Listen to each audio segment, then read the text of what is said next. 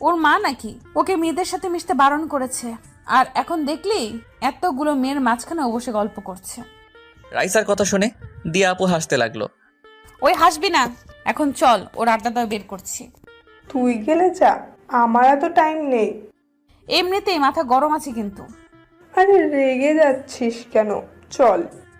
তারপর ওরা দুজনে আমার পিছনে এসে দাঁড়ালো। কি রে, তোরা হঠাৎ বোবা হয়ে গেলি কেন? পিছনে তাকিয়ে দেখ, তোর জম দাঁড়িয়ে আছে। দূর, এইসব কি বলছিস? রাইসা আপু এখনো কলেজে আসে নাই, আর তোরা কি ভাবিস আমি ওই পেতনিটাকে ভয় পাই? দেখতে ভূতের মতো লাগে। মামা, তুমি আজকে গেছো, আজ আর কেউ তোমাকে বাঁচাতে পারবে না। এই বলে ওরা সবাই আমাকে রেখে চলে গেল। কি জানি ওদের হঠাৎ কি হলো।